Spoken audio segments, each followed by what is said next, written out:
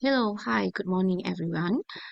We are now in chapter 2 and we are on the subtopic of nutritional requirement and culture media. Right. So, what is media? Microbes, plant, insect, and animal cells, when cultivated in a laboratory or industrial environment, grow on nutrient solutions containing all they require in order to grow and produce any primary or secondary products the cells has been designed to generate. So, by definition, culture media is a substance that support the growth, reproduction, and survival of microorganisms. A culture medium provides essential nutrients, energy sources, and in some cases, a controlled physical environment.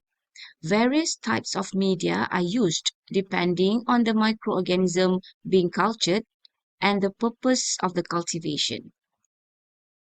Right.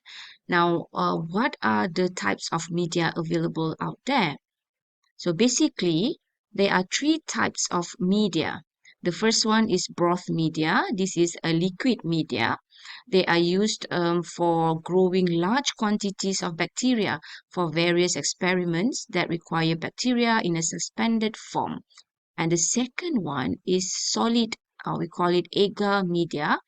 This is we can get it by putting some gelling agent into the broth media, which allows the grow of bacteria on the surface of agar. This is used for obtaining discrete colonies, which is important for isolating and counting bacteria. And the third type of media is semi-solid media.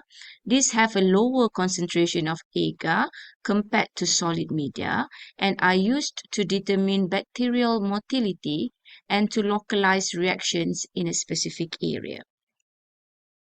Now, in the industry or in any research institution, there are different types of culture media, or we call them special media, that we use for different purposes. So I have listed here 7 types of culture media, but they are not limited to this only.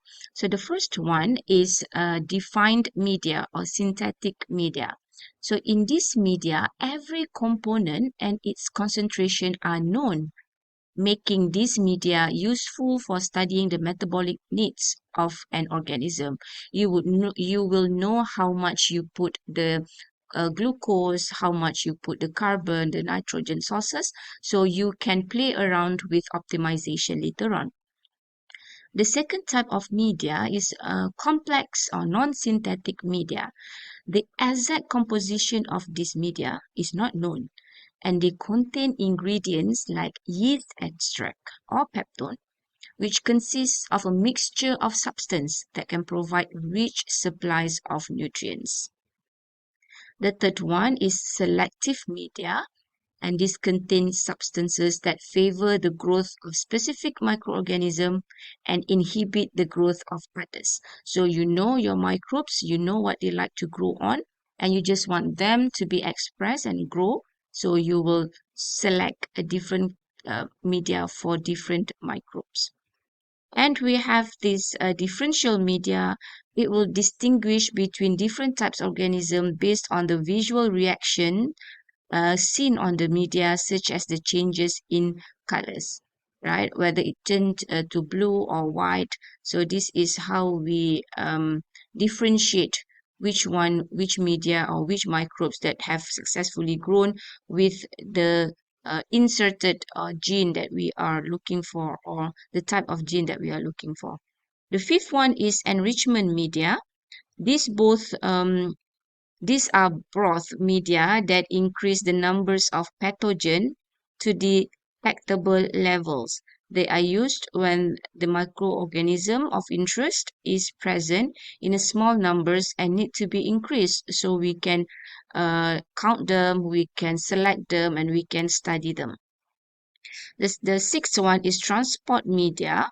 These are used to maintain and preserve specimen that have to be held for a period before clinical analysis. So we keep them so they maintain their inner media without any interaction, and they are meant to be preserved without any reaction.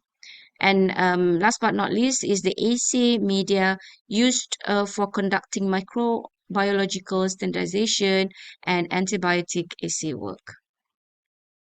Right. On the next topic of microbial culture media, and if you look at the figure here, so we have two types of culture media. One is a non-living one, and another one is living.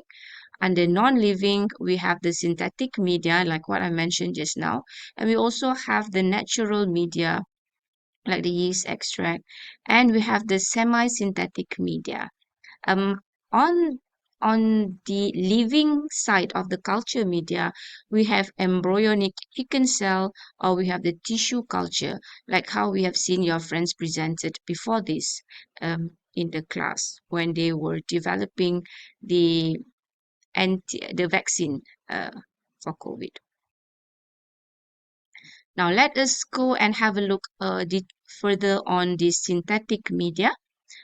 Synthetic media is fully chemically defined. All the components and specific concentration of each component are known. They are quite simple. They contain the carbon, energy sources, nitrogen source, and a range of salts, usually inorganic. The advantages of the synthetic media, as you have um, heard just now, they are useful in research lab because you can get high accuracy during your experiment, and they are fully soluble, and they provide fewest downstream processing challenges in industry context or purification challenges in small lab context. So the disadvantages of the synthetic media, however, if the cell line chosen is particularly fastidious and or specific growth requirements, the complexity of synthetic media may increase significantly. So it's not sufficient. And it is more costly because of the vitamins and growth factors in pure forms are very expensive, and we add them to the synthetic media. And yields of the cells tend to be much lower than those obtained when the same cell line is grown in either semi-synthetic or natural media, as the synthetic media often do not match an organism or cell line's exact requirements. So let's look at semi-synthetic media.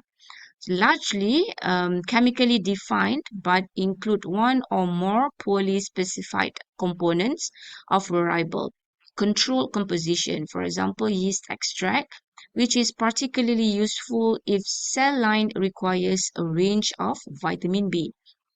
Plant, animal, fish, microbial extract have routinely been used to supply vitamins and essential growth factors.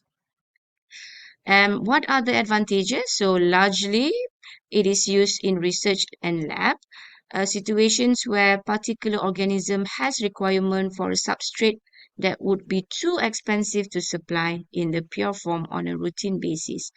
And the disadvantages such as void extract of animal origin, especially bovine sources, as it has potential health risk.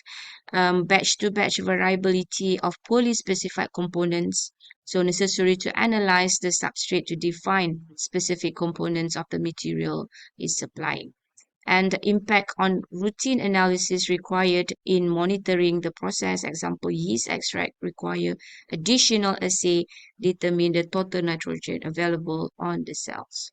And we go to the last media, which is the natural media, largely composed of substances that are usually of plant or animal origin and will have defined and variable composition. So these materials can vary from batch to batch, and the composition is influenced by time of year, location of origin, small changes in production methods, as well as seasonal availability. So the substrates in this natural media contain beet and cane molasses, corn steep liquor, soybean meals and extract, whey powders, hydrolyzed starches, and the range of many different oils. The advantages of complex media, they are cheap and can be supplied in bulk, and the source should be reliable. Used for many biological processes, especially those that produce high volume, low value products, example single cells protein like the baker's yeast. And the disadvantages of this natural media, foam formation tend to be far worse due to the presence of amino acids and proteinaceous material, and this greater needs for antifoam. Rare to use such substrate at research level, may contain a wide range of impurities. The compositions of the substrate can highly vary depending on what part of the world the substrate is grown in, soil type, as well as climate. And useful to consider what is scheduled to happen downstream in the bioreactor, as the physical characteristic of the substrate can impact greatly on factors such as filtration, centrifugation, and purification stages. So that's it for the first part of today lecture. Now, let's test yourself. List down three types of culture media,